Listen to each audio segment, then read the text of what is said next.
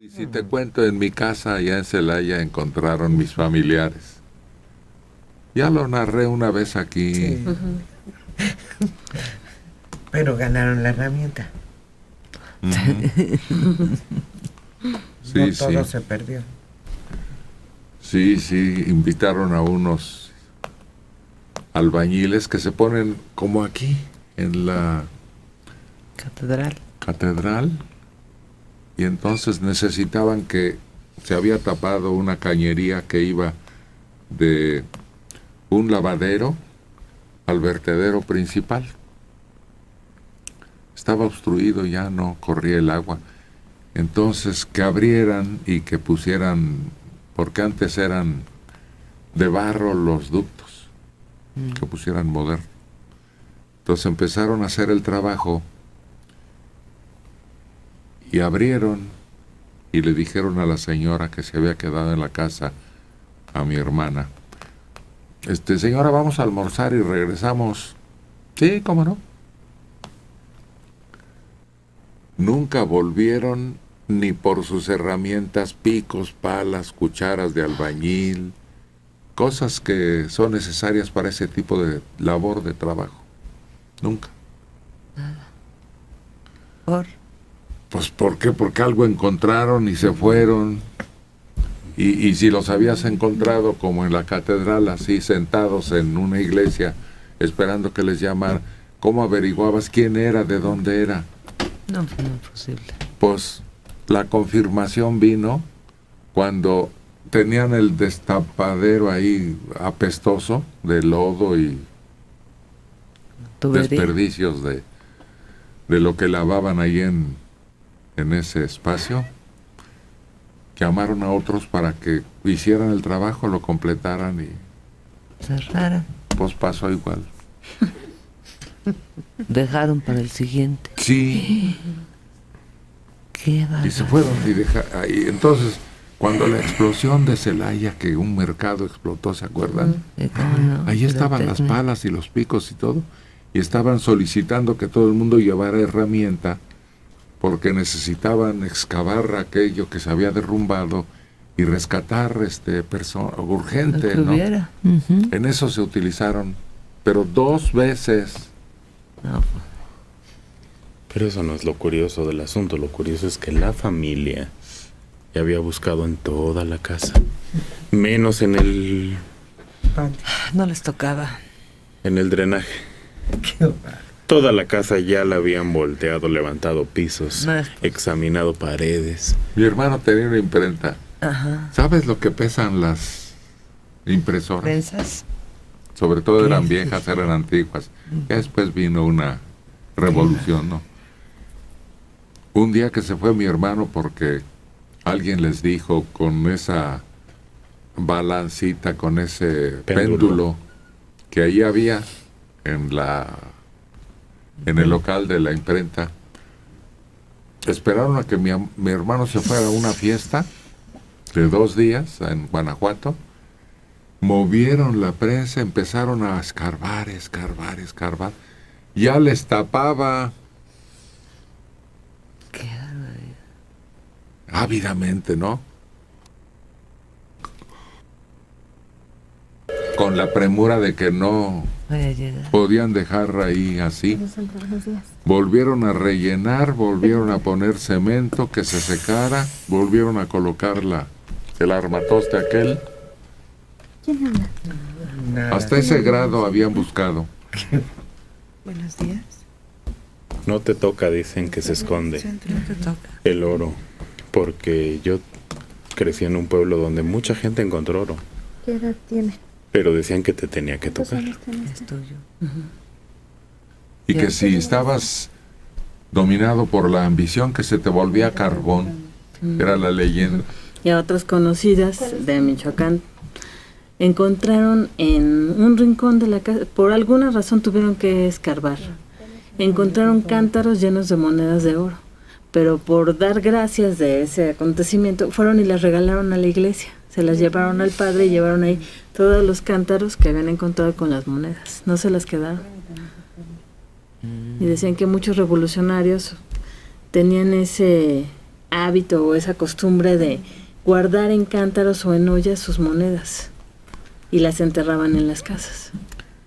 En Celaya, en una fosa séptica. En las fosas sépticas, dentro de las casas, cuando no había drenaje, se construía el agujero del tamaño de una habitación pequeña, ¿no? Pequeñita. Entonces ponían cántaros en la pared incrustados porque protegía mejor el lugar y no transminaba la humedad. Claro, reforzada, pues. Sí. Ajá.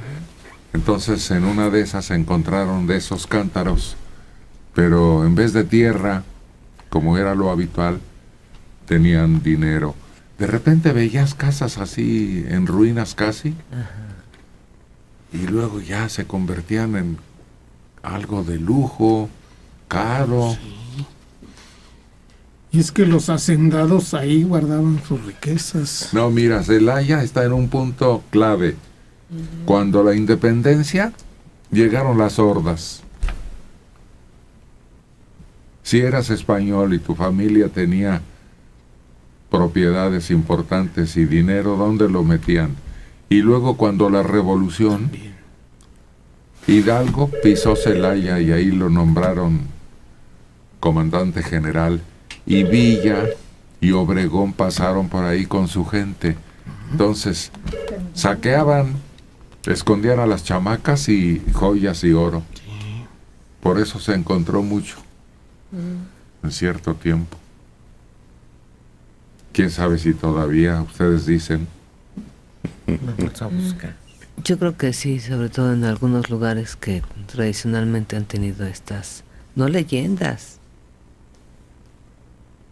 En la casa de mi papá, en el pueblo, es una casa ya muy antigua.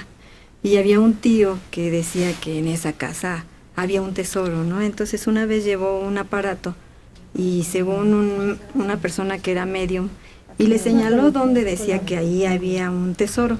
Esa casa está construida como en una forma de L, y el cuarto donde supuestamente estaba el tesoro es el cuarto del rincón, pero ese cuarto tiene 2 entradas, por un lado y por el otro. Entonces mis hermanos querían ya tapar el hoyo, porque era un hoyo gigantesco, como de 3 metros de diámetro, porque los cuartos son muy grandes. Y ahí estaba el hoyo y el montón de tierra, ¿no? Y entonces ellos dijeron, no, pues vamos a taparlo, ya esto, ¿desde cuándo está con la desidia, con el montón de tierra? Entonces me dicen, oye, fulana, tráenos una cubeta de agua. Era de noche y ellos estaban con una lamparita.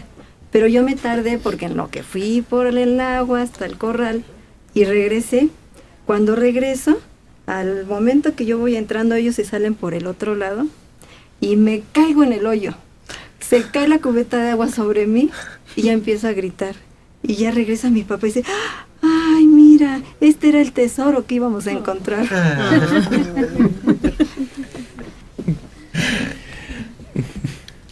Aquí está el relato que nos lo proporciona producción, pero está muy largo. El tesoro de la mala suerte. Raúl Hurtado Hernández, el pescador de pulpos, que hace 31 años halló un lote de joyas en el fondo del mar. Ha vivido en pobreza extrema desde que encontró el tesoro, porque desaparecieron todos cuando regresó de la cárcel. Una palapa en Playa Punta Gorda es el patrimonio actual de Raúl Hurtado Hernández.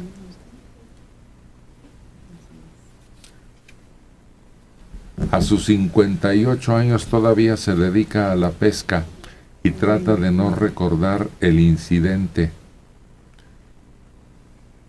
Su familia está integrada por 7 hijos, 9 nietos. La mayoría de los hijos se dedican a la pesca. Vicente Contreras Torres es el que tiene su negocio ahí en las calles de Tabasco de buscador de metales, detector. Vicente Contreras Torres fue el que le consiguió abogados y lo defendió. Estuvo encerrado 11 meses, acusado de robo a la nación. El joyero había pedido la devolución de las piezas, diciendo que él no tenía ninguna culpa. Está muy largo el relato. Según el Instituto Nacional de Antropología e Historia, existe un documento en el Archivo de Indias en donde se describe que un capitán de Cortés naufragó en la zona que fue el lugar del hallazgo. Los objetos confiscados por las autoridades después de un largo proceso judicial se entregaron a antropología. Las joyas del pescador se encuentran en el Museo Baluarte de Santiago. Es una exhibición de 42 piezas de oro y 2 cuentas de barro. La procedencia de las joyas es desconocida debido a que, al ser el pescador quien localizó el hecho submarino, perdieron la oportunidad de recabar más información precisa. El joyero a quien fueron vendidas por el pescador las limpió, las pulió, lo que ocasiona que se desconozca de dónde provienen y de qué época datan.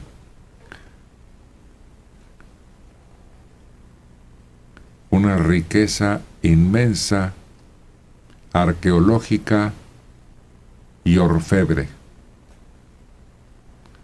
Pues ahí está, en Veracruz, en un pequeño museo, el tesoro del pescador, o como dice el relato que me acaban de dar mis compañeros de producción, el tesoro de la mala suerte, que solo trajo desgracia, envidia y cárcel. Más le hubiera valido reportarlo. Pues era un hombre ignorante de esa situación, Mario. Y cuando se dio cuenta del poco valor, se lo propuso al joyero como negocio y ya desviaron completamente el asunto, hasta para las autoridades de antropología. Pues es un relato auténtico. Sí existe ese tesoro y esa leyenda, y es muy reciente. Y mucha gente después se fue a buscar, se animaron, porque a pesar de que rodearon al principio con marinos vigilando la zona, pasó el tiempo y ya los quitaron. Y entonces mucha gente se iba con sus equipos de buceo modestos para tratar de buscar. Está cerca de la Antigua. Está entre la Antigua y el puerto, en Veracruz.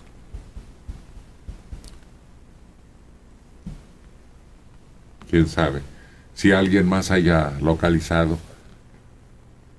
Tiene la desventaja de que los nortes afectan frecuentemente Veracruz, y es un reborujadero de, como dice mi tía, de arena y piedras y agua de mar. Y vete a saber si todavía existan vestigios de ese tesoro por ahí, o restos del galeón que los transportaba.